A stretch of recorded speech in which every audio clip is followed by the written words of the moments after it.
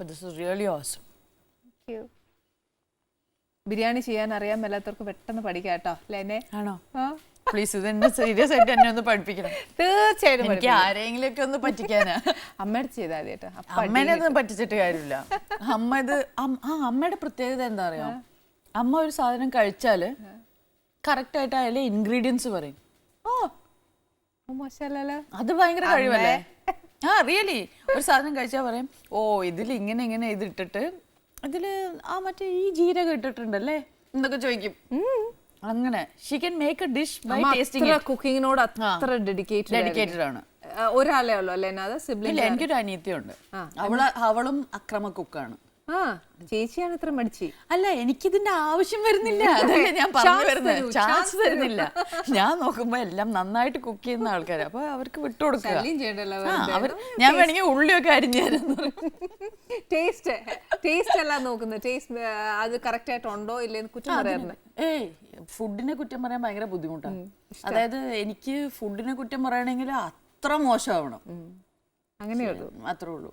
Generally ഫുഡിയാണ്. Lena ഏറ്റവും നല്ലൊരു കാര്യം ചെയ്യട്ടെ, ഇടയ്ക്ക് ഒരു ബോളിവുഡ് ഫിലിം ചെയ്തല്ലേ അക്ഷയ് കുമാറായിട്ട്. ആ എക്സ്പീരിയൻസ് ഒന്ന് പറഞ്ഞിടും.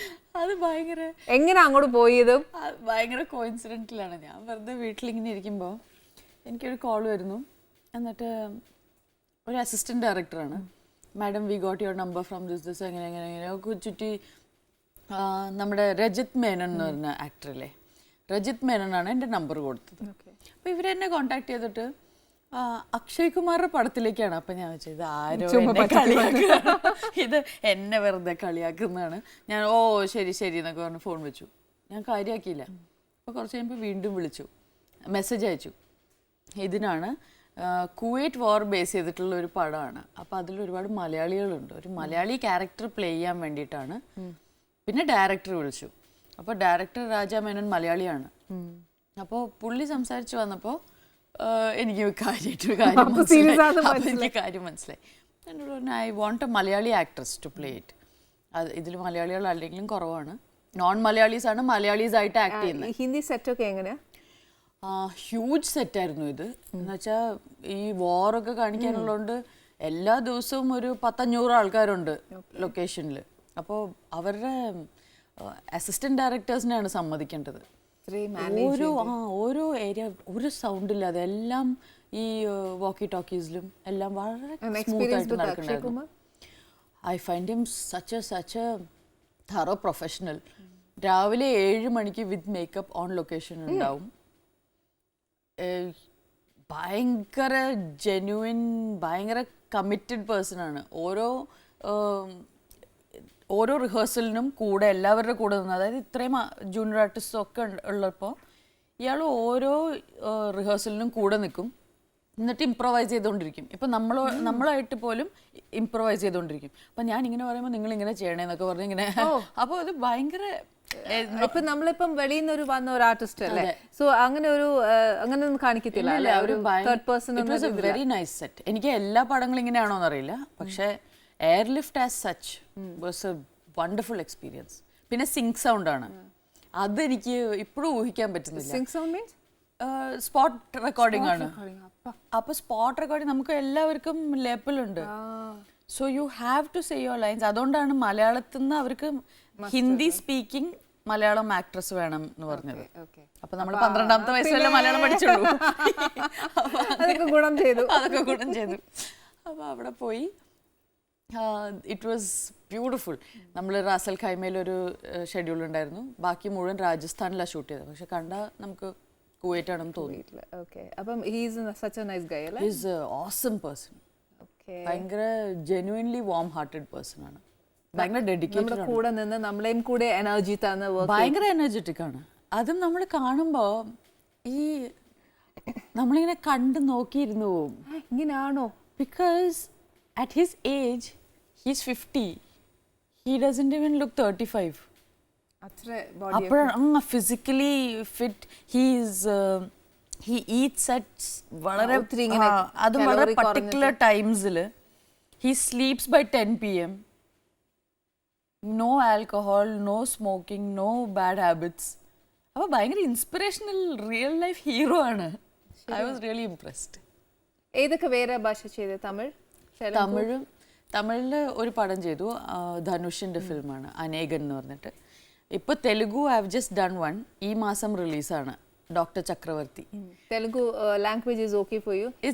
ഞങ്ങളുടെ ഇവിടെ മനോജേട്ടൻ വന്നിട്ട് ഭയങ്കര തമാശയായിട്ടൊക്കെയാണ് പറഞ്ഞത്. മനോജ് കെ ജി എന്നല്ലേ, മനോജേട്ടൻ വന്നിട്ട് ഇവിടെ ഭയങ്കര തെലുഗു ഭാഷ ഭയങ്കരമായിട്ട് ഇങ്ങനെ കാണാൻ പഠിച്ചിട്ട് ഭയങ്കര കോമഡി ആയിട്ടൊക്കെ തോന്നിയത്. വാട്ട് അബൌട്ട് യു ലെനയ്ക്ക്? എനിക്ക് കോമഡി ഒക്കെ തന്നെയാണ്, പക്ഷെ ഞാൻ പറയുന്നത് കേട്ടിട്ട് ബാക്കിയുള്ളവർക്ക് അതിലേറെ കോമഡിയാണ്. എങ്ങനെ ഡയലോഗ്സ് ഒക്കെ കാണാൻ പഠിച്ചു? ഇപ്പോഴത്തെ ഞാൻ ചെയ്ത ഫിലിം ടിപ്പിക്കൽ ഇതല്ല, ടിപ്പിക്കൽ തെലുഗു മസാല ഫിലിം അല്ല. It's A thriller. Okay, it's A thriller made very much like on Hollywood lines. അപ്പോൾ പാട്ടുകളൊന്നും ഇല്ലാത്തൊരു തെലുഗു ഫിലിമാണ്. അങ്ങനെയുണ്ട് തെലുഗു ഫിലിം, അതല്ലേ? പക്ഷെ ഡയലോഗ്സ് വളരെ ക്രിസ്പാണ്, വളരെ കുട്ടി കുട്ടി ഡയലോഗ്സ് ഉള്ളൂ. എന്ന് വെച്ചാൽ മറ്റേ അവരുടെ യൂഷ്വൽ 2 പേജ് ഡയലോഗ് അല്ല, അതൊന്നും നമ്മളെ കൊണ്ട് പറ്റില്ല. അപ്പൊ ചോദിച്ചോ ലാംഗ്വേജിന്റെയും ഡയലോഗ്സിന്റെ ഒക്കെ കാര്യം ഇങ്ങനെ വരുമ്പോ? ആദ്യമേ ഞാൻ ചോദിച്ചു, ഞാൻ പറഞ്ഞു എനിക്കൊന്ന് ആദ്യം സീൻസ് ഒന്ന് അയച്ചു തരുമോ, ഞാൻ ഒന്ന് നോക്കട്ടെ.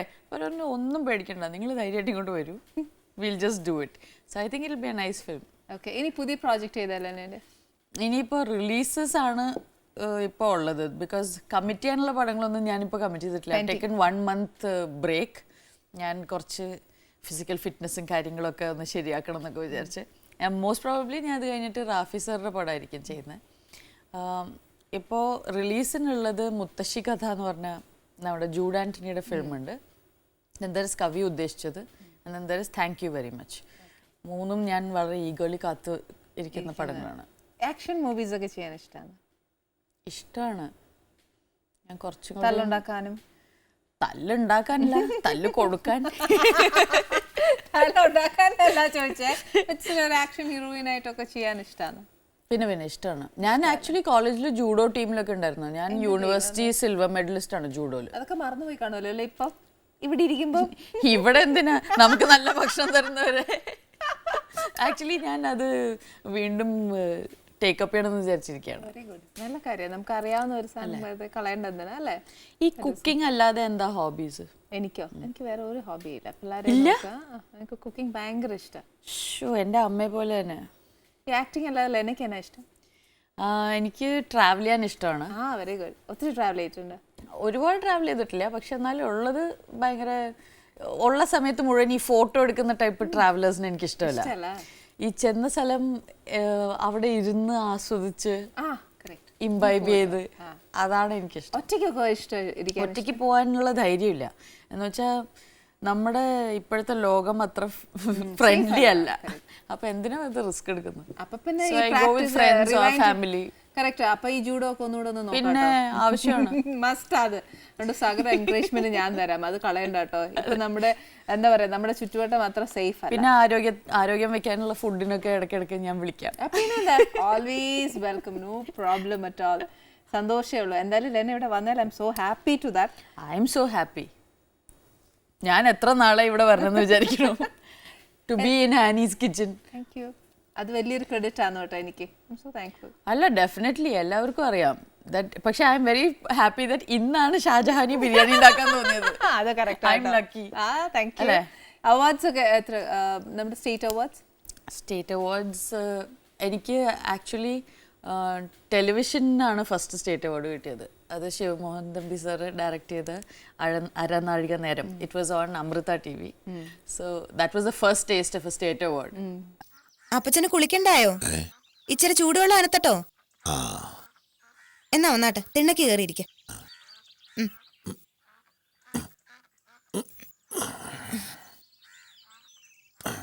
ഫസ്റ്റ് മൂവി ഏതായിരുന്നു 11th ചെയ്യുമ്പോൾ? അത് സ്നേഹം, ജയരാജ് സാറിന്റെ. ജയരാജ് സാറിന്റെ. ഈ വർഷമാണെന്ന് തോന്നുന്നു ഏറ്റവും കൂടുതൽ അവാർഡ്സ് കിട്ടിയിട്ടുള്ളത്. I think I got 8 awards so far for Ennu Ninte Moideen. അപ്പം തമിഴിലോ തെലുങ്കിലോ ഒക്കെ അഭിനയിച്ചപ്പോൾ അവിടെ വല്ല അവാർഡ്സും കിട്ടി? ഇല്ല, ഞാൻ എല്ലാത്തിലും ഓരോന്നേ ചെയ്തിട്ടുള്ളൂ.